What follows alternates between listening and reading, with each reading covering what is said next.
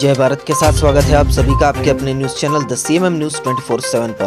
तो हेलो दोस्तों, आज तारीख हो चुकी है 22 जुलाई 2021, दिन हो चुका है गुरुवार। तो सुर्खियों में जानेंगे नो नेगेटिव चुनिंदा जेन्युइन खबरें। कोरोना के बढ़ते केसेस को देखकर केरला में टोटल लॉकडाउन लगाया गया है। उसके साथ ही एलपीजी गैस सिलेंडर के ट्रांसफर से रिलेटेड एक अपडेट आ रही है। किसान आंदोलन का कैसा रहेगा हाल, कहां कर सकेंगे किसान अपना आंदोलन, उसको लेकर भी समाचार आ रहे हैं। साथ ही जानेंगे बारिश का हाल, कहां कहां ज्यादा बारिश गिरने वाली है, और साथ ही में सर्राफा बाजार में सोने चांदी का हाल और भारत के मौसम का पूर्वानुमान। तो सुर्खियों में बने रहिए सीएमएम न्यूज के साथ ताकि आपकी कोई भी खबर मिस ना हो। इसी के साथ चलते हैं पहली बड़ी खबर पर। घर बैठे बदले अपनी एसबीआई ब्रांच। जी हाँ दोस्तों, कोरोना संकट को देखते हुए देश में बैंकिंग सेवाएं तेजी से आधुनिक हो रही है। कोरोना के बीच बैंकों की बहुत सी सेवाएं ऑनलाइन हो रही है। इसकी मदद से आप अपने घर बैठे बहुत सारे काम निपटा सकते हैं। आधुनिक बैंकिंग सेवाएं देने में देश का सबसे बड़ा बैंक एसबीआई भी पीछे नहीं है। इसी बीच भारतीय स्टेट बैंक ने एक खास सुविधा दी है जिसके तहत आप एक ब्रांच से अपना खाता दूसरी ब्रांच में ट्रांसफर कर सकते हैं, वह भी घर बैठे। तो आप अपना ट्रांसफर कैसे कर सकते हैं, इसके बारे में एसबीआई ने एक वीडियो रिलीज किया है। वीडियो का लिंक आपको डिस्क्रिप्शन में मिल जाएगा, वहां से आप एसबीआई की ऑफिशियल साइट पर वो वीडियो पूरा देख सकते हैं। तो बढ़ते अगली खबर की और अगली खबर में है पेट्रोल डीजल से राहत मिलेगी, तेल मार्केटिंग कंपनियों ने शुरू की कवायद। पिछले कुछ महीनों से पेट्रोल डीजल की कीमतों में लगातार वृद्धि से परेशान उपभोक्ताओं को अगले कुछ दिनों में कुछ राहत मिल सकती है। तेल मार्केटिंग कंपनियों ने अंतर्राष्ट्रीय तेल की कीमतों में आई गिरावट का मूल्यांकन करना शुरू कर दिया है और इसके परिणाम स्वरूप देश में ईंधन की कीमतों पर जल्दी असर दिखेगा।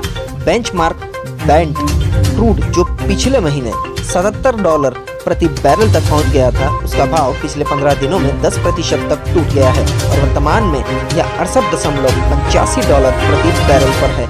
यदि अगले कुछ दिनों तक कच्चे तेल का दाम $70 प्रति बैरल से नीचे बना रहता है, तब आगे आने वाले दिनों में पेट्रोल डीजल की कीमतों में गिरावट देखने को मिल सकती है। बढ़ते अगली खबर की और अगली खबर है पीएम किसान योजना के बारे में। 42 लाख से ज्यादा किसान अपात्र, सरकार करेगी 3000 करोड़ रुपए की वसूली। प्रधानमंत्री नरेंद्र मोदी की किसानों के लिए महत्वाकांक्षी योजना प्रधानमंत्री किसान सम्मान निधि योजना में एक बड़ी गड़बड़ी का खुलासा हुआ है। सरकार ने खुद यह बात स्वीकार की है।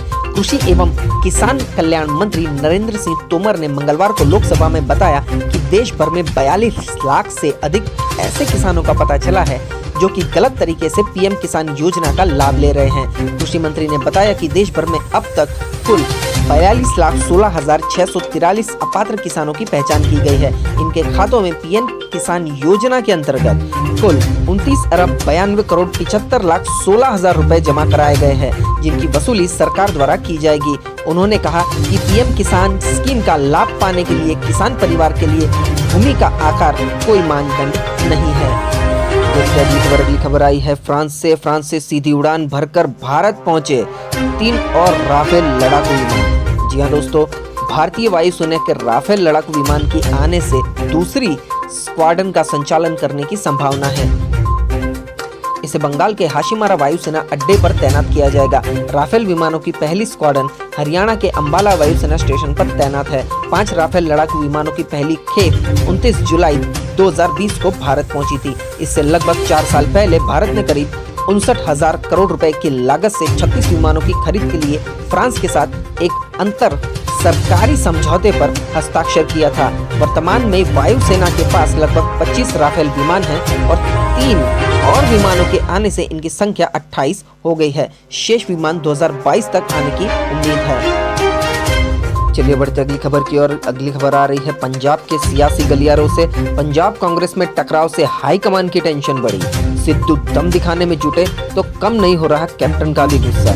जी दोस्तों, पंजाब कांग्रेस में बड़े बदलाव के बाद भी मुख्यमंत्री कैप्टन अमरिंदर सिंह और नए प्रदेश कांग्रेस नवजोत सिंह सिद्धू जो कांग्रेस के नए प्रदेश अध्यक्ष बनाए गए हैं, उनके बीच जारी लड़ाई में पार्टी हाईकमान का सिरदर्द बढ़ता जा रहा है। सिद्धू के माफी नहीं मांगने तक उनसे न मिलने की कैप्टन की सार्वजनिक घोषणा में पार्टी नेतृत्व को पंजाब कांग्रेस की मौजूदा लड़ाई का दूसरा चरण दिखाई दे रहा है। वहीं कैप्टन अमरिंदर सिंह की नाराजगी जल्द दूर करना पार्टी हाईकमान की इच्छा है। देखते अगली खबर आ रही है केरल से। कोरोना के तेजी से बढ़ रहे मामलों को देखते हुए केरल में फिर से टोटल लॉकडाउन लगा दिया गया है। कोरोना की दूसरी लहर देश के अन्य हिस्सों में भले ही कमजोर पड़ गई हो, लेकिन केरल में इसका असर लगातार बढ़ रहा है। कोरोना के तेजी से बढ़ रहे मामलों को देखते हुए केरल में एक बार फिर संपूर्ण लॉकडाउन की घोषणा की गई है। हालांकि संपूर्ण लॉकडाउन सिर्फ शनिवार 24 और रविवार 25 जुलाई को रखा गया है। केरल सरकार की तरफ से जारी गाइडलाइंस के अनुसार 24 और 25 जुलाई शनिवार और रविवार को जो दिशा निर्देश 12 और 13 जून को जारी किए गए थे, उन्हीं दिशा निर्देशों के साथ संपूर्ण लॉकडाउन रहेगा। खबर की ओर अगली खबर आ रही है। दिल्ली, यूपी, बिहार समेत इन राज्यों में भारी बारिश की चेतावनी। जाने मौसम की ताज़ा जानकारी। मौसम विभाग के अनुसार उत्तर प्रदेश, बिहार व मध्य प्रदेश में अगले 24 घंटे के दौरान गरज के साथ बारिश होने और बिजली कड़कने की आशंका है। दूसरी तरफ पूर्वोत्तर भारत में 24 घंटे बाद बारिश की रफ्तार कम हो सकती है। जम्मू कश्मीर, लद्दाख, हिमाचल प्रदेश, उत्तराखंड, पंजाब व उत्तर प्रदेश में 25 जुलाई के बाद बारिश में तेजी आ सकती है। आईएमडी ने कहा कि पश्चिमी तट, उससे सटे दूरस्थ क्षेत्र व गुजरात क्षेत्र में अगले 4-5 दिनों तक भारी बारिश होने की आशंका है। 22 जुलाई को कोंकण, गोवा और उससे सटे महाराष्ट्र के इलाकों में अत्यधिक बारिश हो सकती है। 24 जुलाई तक पूर्वी और मध्य भारत में बारिश हो सकती है। आंध्र प्रदेश व तेलंगाना के तटीय तथा छत्तीसगढ़, विदर्भ व पूर्वी मध्य प्रदेश में 22 जुलाई को अत्यधिक बारिश हो सकती है। बढ़ते अगले समाचार की और अगले समाचार है एलपीजी से रिलेटेड। एलपीजी न्यूज अलर्ट आया है। अब अपनी पसंद की एजेंसी से भरवा सकते हैं गैस सिलेंडर।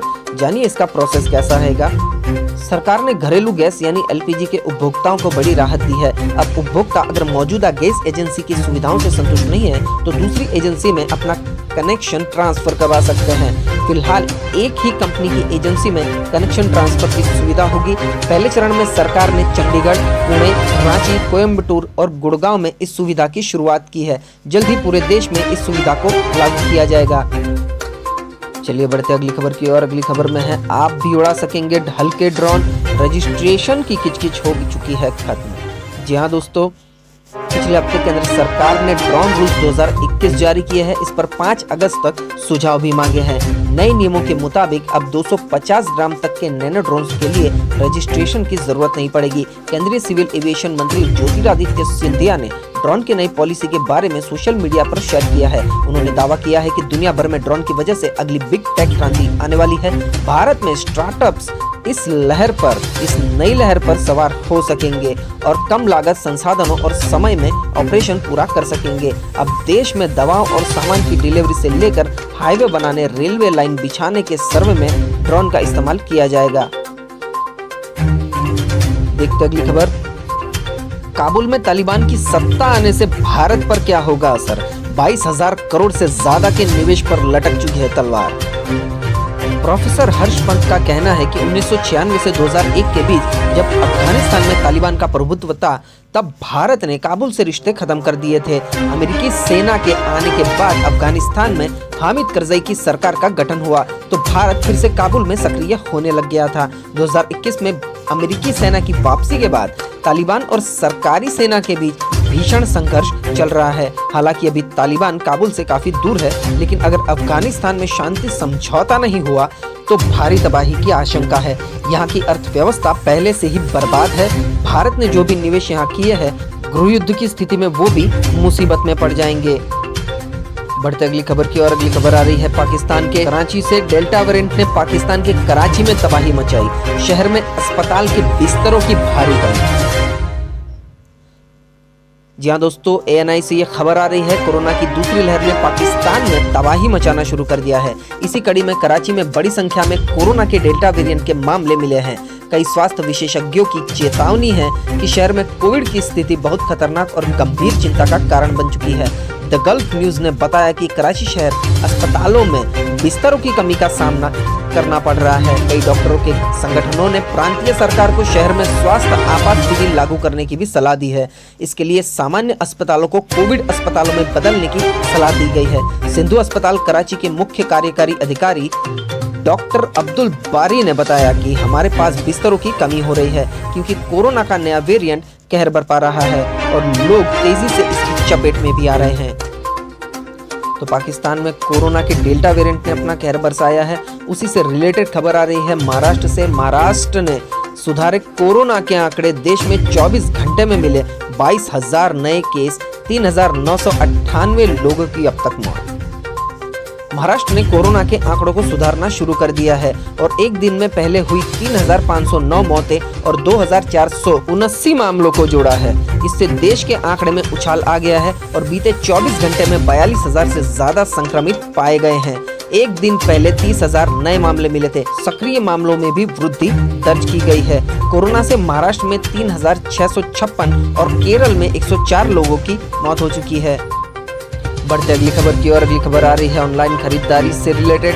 ऑनलाइन खरीदारी उपभोक्ताओं को आ गई है पसंद। कहा, ऑनलाइन शॉपिंग पर मिल रहे भारी छूट पर सरकार ने लगाए रोक। पीटीआई के हवाले से ये खबर आई है। ज्यादातर उपभोक्ता ई कॉमर्स कंपनीज की ओर से दी जाने वाली भारी डिस्काउंट के पक्ष में हैं। एक सर्वे में यह बात सामने आई है। सर्वे में देश के 394 जिलों के 82,000 उपभोक्ताओं की राय को शामिल किया गया है। इनमें 62% पुरुष और शेष महिलाएं हैं। सर्वे में शामिल 72% उपभोक्ताओं का कहना है कि सरकार ई कॉमर्स कंपनियों की ओर से दी जाने वाली छूट पर रोक न लगाए और न ही उनकी सेल्स की पेशकश में कोई हस्तक्षेप करे। बढ़ते अगली खबर की ओर। अगली खबर आई है किसान आंदोलन से। जंतर मंतर पर हर दिन 6 घंटा प्रदर्शन कर सकेंगे किसान। यह दोस्तों, आंदोलन करने वाले किसानों को संसद के मॉनसून सत्र के दौरान केंद्र सरकार के खिलाफ जंतर मंतर पर प्रदर्शन करने के लिए अनुमति मिल गई है। उपराज्यपाल अनिल बैजल के निर्देश पर दिल्ली पुलिस व किसानों के बीच सहमति बनी है। 200 किसान हर दिन जंतर मंतर पर सुबह 11 से शाम 5 बजे यानी 6 घंटे तक प्रदर्शन कर सकेंगे। 22 जुलाई से 9 अगस्त तक प्रदर्शन करने की इजाजत दी गई है। पुलिस अधिकारी का कहना है कि पुलिस कर्मियों की कड़ी सुरक्षा घेरे में हर दिन सीमाओं से बसों में सवार होकर केवल 200 प्रदर्शनकारी किसान जंतर मंतर आ सकेंगे। इसके अलावा एक एसयूवी में 6 किसान नेता अलग से जंतर मंतर पर आ सकेंगे। प्रदर्शन के बाद सभी को वापस जंतर मंतर पर भेज दिया जाएगा। चलिए बढ़ते अगली खबर की ओर। अगली खबर आ रही है राजस्थान से। राजस्थान में 12वीं बोर्ड का रिजल्ट 24 जुलाई को। राजस्थान माध्यमिक शिक्षा बोर्ड RBSC अजमेर 24 जुलाई को शाम 4 बजे 12वीं का परीक्षा रिजल्ट घोषित करेगा। इसके लिए सभी तैयारियां कर ली गई है। बोर्ड अध्यक्ष DP जारौली ने बताया कि शिक्षा राज्य मंत्री गोविंद सिंह डोटासरा भी अजमेर मौजूद रहेंगे। 12वीं परीक्षा के लिए कुल 8,82,112 छात्रों ने आवेदन किए थे। 12वीं मुख्य बधिर परीक्षा के लिए 809 छात्रों ने आवेदन किए थे और वरिष्ठ उपाध्याय परीक्षाओं के लिए 3,823 छात्रों ने आवेदन किए थे। इस बार रिजल्ट देने की सारी जिम्मेदारी स्कूल पर ही थी। परीक्षा नहीं होने के कारण दोनों क्लासेस के स्टूडेंट को प्रमोट किया गया है। 10वीं के स्टूडेंट का 8वीं, 9वीं व 10वीं के सेशनल मार्क्स के आधार पर मार्क्स दिए जाएंगे। वहीं 12वीं के स्टूडेंट्स के लिए 10वीं, 11वीं और 12वीं के सेशनल मार्क्स के रिजल्ट तैयार किए गए हैं।